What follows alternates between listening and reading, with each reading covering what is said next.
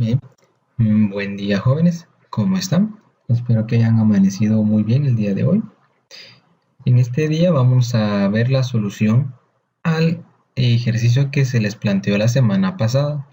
Esperaría que ya hayan entregado su tarea, teniendo en cuenta que la entrega pues tiene el máximo pues hasta las 9:30, que es cuando finaliza la clase, ya que tuvieron el tiempo suficiente como para poder solucionarlo. Y recordando que la entrega pues es el único formato .cpp, además de que tienen que entregarlo antes de poder ver este video, ya que como tal tiene la solución a dicho ejercicio. Si veo que la entrega es posterior al ejercicio, pues ya no se va a tomar en cuenta, ¿sí? Además, pues evidentemente no puede ser igual el código que yo tengo aquí al de su tarea, ¿no? Es evidente, todos programamos de diferente manera, todo se declara de diferente forma e incluso la lógica y funciones son distintas. Nadie programa igual a otro. Así que si veo que el código es igual al que ustedes tienen, lo tomaré como una copia al video y por ende no habrá nota en su tarea. Habiendo dicho esto, vamos a comenzar con la solución al ejercicio. El ejercicio que se les planteó fue este específicamente.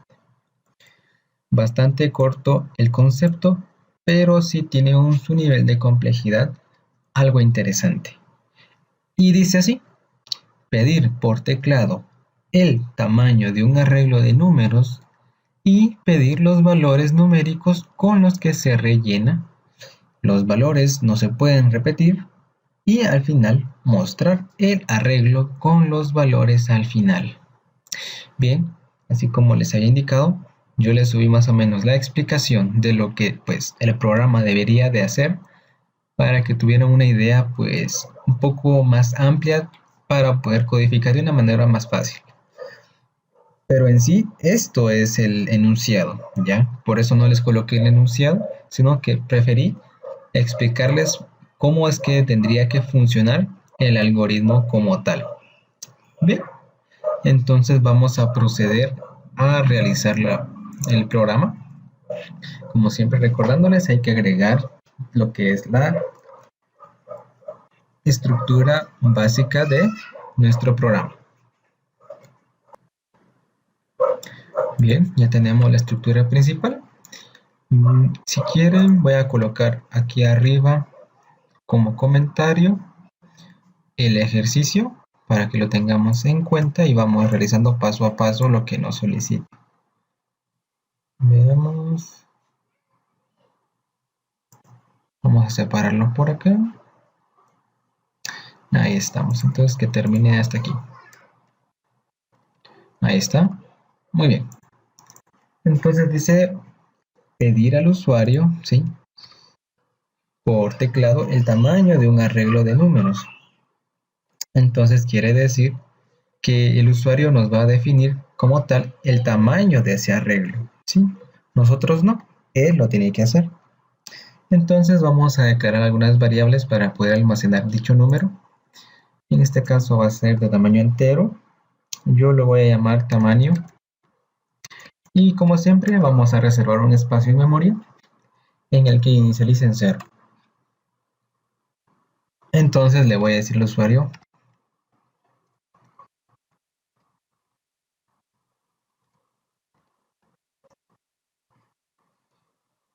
que ingrese el tamaño del arreglo, ¿sí?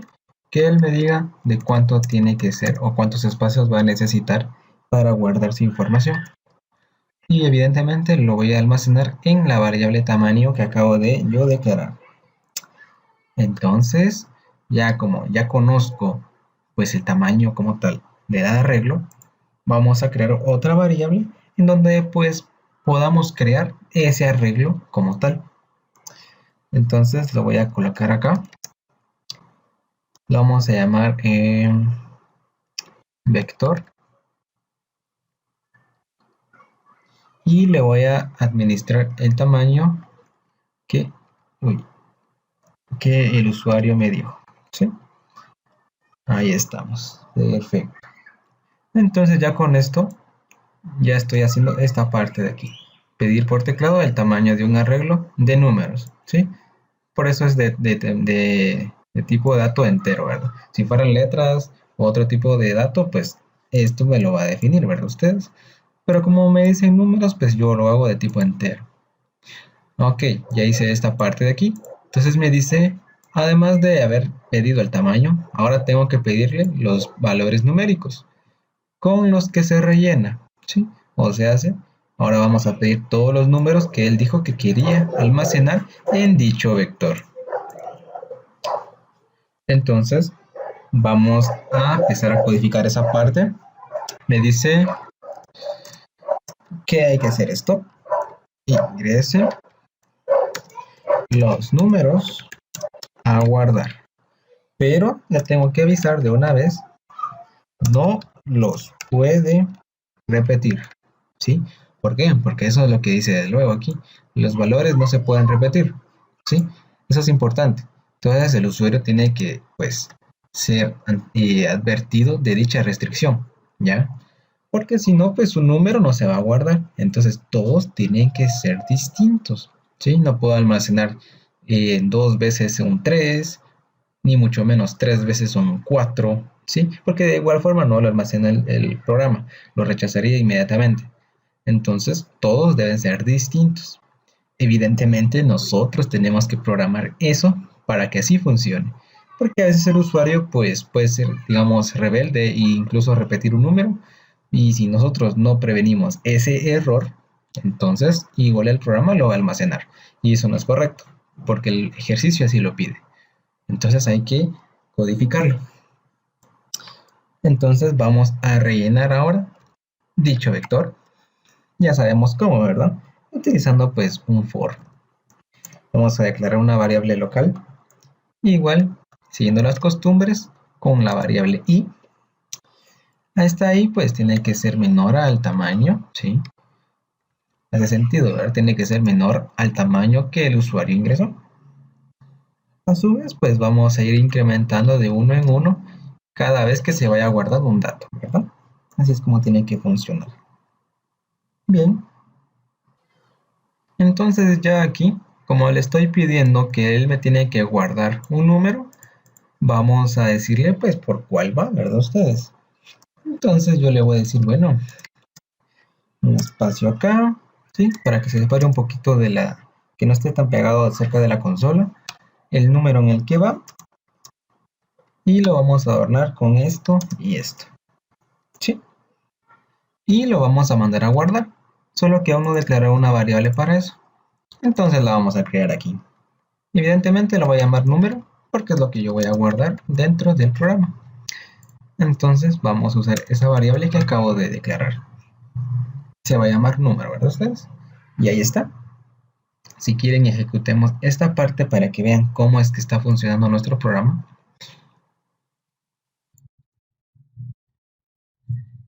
Clase 06.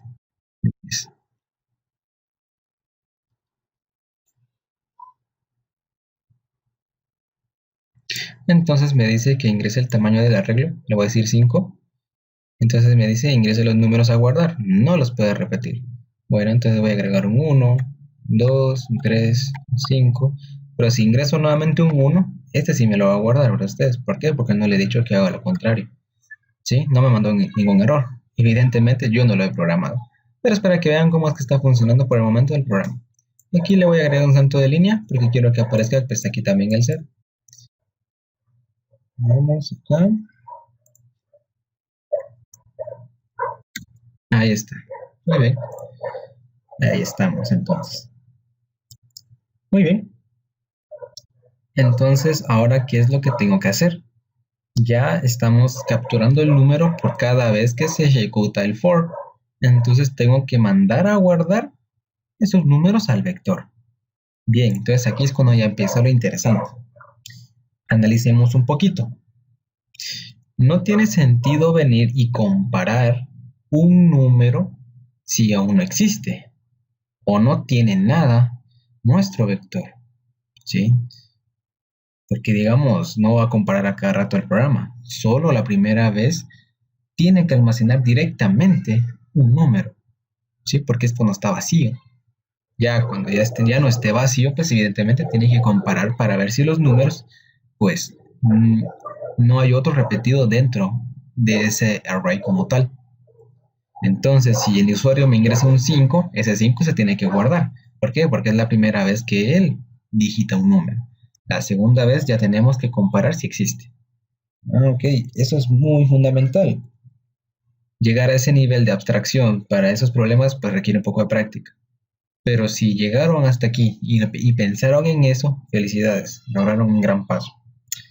Entonces, dentro del for vamos a declarar ciertas decisiones en el que vamos a colocar un if y le vamos a decir si en el proceso de ese for estoy en la posición 0, o sea, es la primera vez que se ejecuta el for, evidentemente siempre iniciamos desde 0. Entonces siempre va a entrar aquí, al menos la primera vez. Decimos, si esto es así, si esto es verdad, entonces al vector, en esa posición en la que estamos, almacénale el número que acaba de digitar. ¿Sí? Entonces, como es la primera posición, sí o sí va a venir a guardar ese número al vector que declaramos. Espero que vayamos bien aquí. Presten mucha atención. Si no, pues vamos a repetir el video, ¿verdad ustedes? Pero lo importante es que me capten qué está pasando acá. Entonces, ya mandamos a guardar el primer número a nuestro vector. Evidentemente, esto solo va a funcionar una vez. Entonces, los siguientes casos que no sea así, vete a la otra decisión, o sea, al caso contrario, al else. Entonces, ¿sí? Ahora piensen en esto. Quiere decir que si ya no estamos en la primera posición, hay más números, ¿sí? Yo no sé cuántos hay más detrás mía. Puede que esté en el último número, puede que sea el segundo, o puede ser el cuarto, ¿sí? Y ni siquiera sé qué cantidad de números tengo que guardar, ¿sí? Entonces tengo que pensar de manera general y decir, bueno, ¿cómo voy a verificar cuántos números hay? ¿Sí? Porque en el momento de la ejecución no podemos decirle al programa qué número es exactamente, porque eso depende y varía directamente del usuario y solo es al inicio. Entonces tiene que ser pues automático. En ese caso vamos a decirle o con otro for, ¿sí? Vamos a crear un for dentro de otro for. ¿Por qué? Este for a mí me va a servir para recorrer el array para poder comparar los números que ya existen y así determinar si ya existe dentro del array el número que me acaba de ingresar. Entonces, vamos a crear otra variable local, j en este caso, ¿sí? Pero la peculiaridad de esta variable local es que, como yo les dije, no sabemos en dónde estamos, si es al inicio, si es al final. Entonces, el único número que varía acorde a la ejecución del programa es la variable i. Por eso yo estoy haciendo todo de un solo for, ¿sí? Todo está dentro de un solo for. Entonces, esta i tiene que tomar el número en el que estamos con i, ¿sí? Esta j entonces va a ser igual a la variable local de ese for. Ok, magnífico. Ya sabemos en dónde vamos a tomar la posición en ese instante de la ejecución. Ahora vamos a darle la condición. Bueno, la j, ¿qué debe hacer? Simple. Vamos a recorrer para atrás el array, ¿sí? Porque no tiene sentido recorrerlo hacia adelante, porque hacia adelante no hay más datos, sino atrás de ese array, de ese número como tal.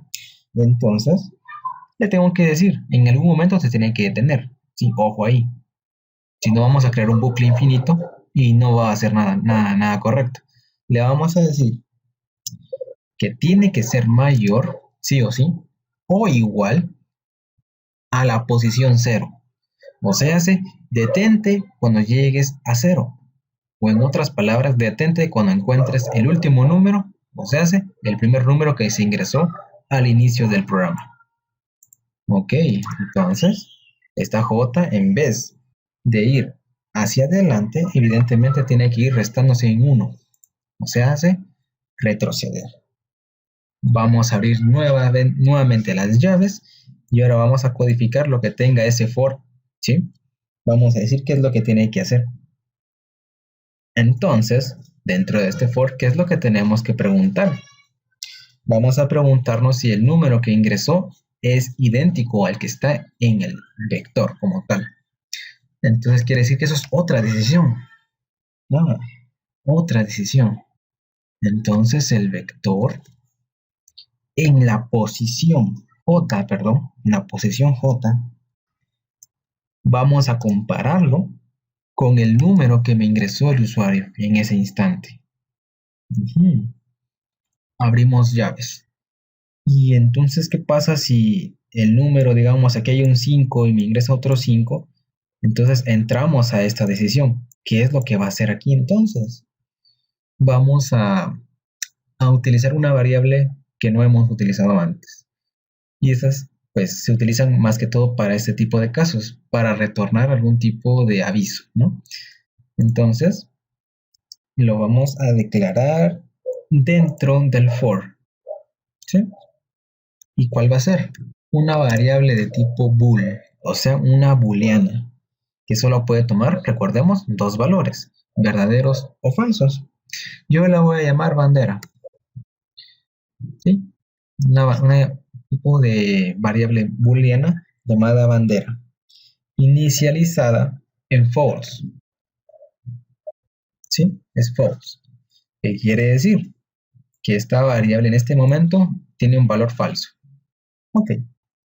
Entonces, cuando nosotros ingresemos a este vector, vamos a cambiar el valor a esa variable. Entonces mando a llamar a la variable bandera y le cambio su estado a true. ¿Qué quiere decir? Que cuando entre al if, el momento en el que esto sea verdad, va a venir aquí y va a cambiar el valor de esa variable a un estado verdadero. ¿Qué queremos decir con eso? Que sí, con un true estamos diciendo que sí, se encontró el dato igual al vector. Entonces tenemos que hacer algo ahí. Simplemente, cuando esto sea verdad, en algún momento esto tiene que romperse este for. En algún momento. Entonces nosotros si encontramos un dato que es igual al vector, no se tiene que guardar porque no es de aceptación. Entonces simplemente cuando salgamos de ese for, recordemos que aún estamos dentro del else, vamos a declarar una nueva decisión en el que yo voy a verificar qué estado trae la bandera. Si yo le digo negación bandera, vamos a entrar a guardar como tal nuestro dato. ¿Por qué? Recordemos que las variables, que las funciones if o while o for o do while funcionan siempre y cuando lo que esté dentro de los paréntesis sea verdad.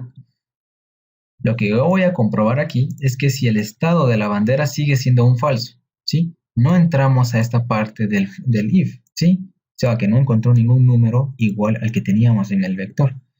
Entonces como su estado aún sigue siendo falso, entonces yo lo estoy negando para que sea verdadero. Y así se cumple esta condición y entremos al if. Si no, no vamos a entrar. Entonces en el vector, ahora sí, yo lo voy a guardar. Porque ya verificamos que no existe ningún número igual al que acaba de ingresar el usuario. De lo contrario, ¿sí? Porque también existe el caso contrario en este if, ¿sí? Porque es cuando el estado de la bandera sí cambió y cambió a un estado verdadero. En ese caso, si cambió a un estado verdadero y como yo lo negué, entonces ahora aquí sería falso. Entonces no entraríamos a este if, sino que entraríamos al caso contrario, que sería else. En ese caso, yo le voy a decir al usuario, mire, usted tuvo un error, así, de esta manera, y le decimos no se puede ingresar números repetidos, y con exclamaciones y todo, ahí está. Y ya después le colocamos el salto de línea, y ahí está. Ahora, ojo aquí, como el for, el inicial, siempre va a estar aumentando en 1, entonces si nosotros no guardamos un dato ahí, él va a aumentar, ¿sí? Va a pasar a la siguiente casilla. Y nosotros no queremos eso. Recordemos que yo les había explicado eso en el ejemplo del video, que el programa siempre va a avanzar en 1, aunque no guarde nada. Entonces nosotros tenemos que prevenir ese momento y vamos a quitarle un valor a esa variable i. O sea, hace que si veníamos con 1 y no guardamos nada, le quitamos ese 1 y pasamos a 0. O sea, regresamos a la posición anterior. Y el for, como ya no va a hacer nada, evidentemente lo va a volver a aumentar. Y regresaríamos a la posición 1 otra vez. Sería pues simplemente quitarle un paso para que el programa automáticamente avance nuevamente a ese paso en el que estaba ya. Bien, entonces con esto el programa debería de verificar que los números tienen que ser todos distintos. Entonces con esto nosotros ya estaríamos cumpliendo con esta parte que dice el problema. Los valores no se pueden repetir. Entonces le decimos, bueno, ya de último muéstrame los números que él ingresó. Esto ya tendría que ser totalmente fuera de ese for que colocamos inicialmente, sino que sería ahora uno nuevo. Pero antes de eso le vamos a decir los números ingresados son y un end line. ¿Está? Entonces ahora sí, colocamos el for, otra variable local. Como es local, puedo repetir la variable, ¿verdad? Ustedes se recuerdan de eso. Y tiene que ser menor al tamaño. Y está ahí aumentando en 1 en 1. ¿Sí? Ahora aquí simplemente vamos a imprimir los datos en pantalla. Este for es pues bastante simple. Ahora simplemente vamos a colocar acá un espacio, colocamos en la posición en la que vamos, lo adornamos con esto y ya mandamos a llamar al vector. Le damos un salto de línea y ya estamos. Bien, eso debería de ser todo lo que tendríamos que hacer. Vamos a compilar para ver si no hay ningún error de sintaxis. Ok, no hay error de sintaxis. Entonces veamos qué es lo que está sucediendo. Vamos a decirle que sea un arreglo de 5 espacios nada más. Me dice ingrese los números a guardar, no los puedo repetir. Ok, voy a ingresar un 3.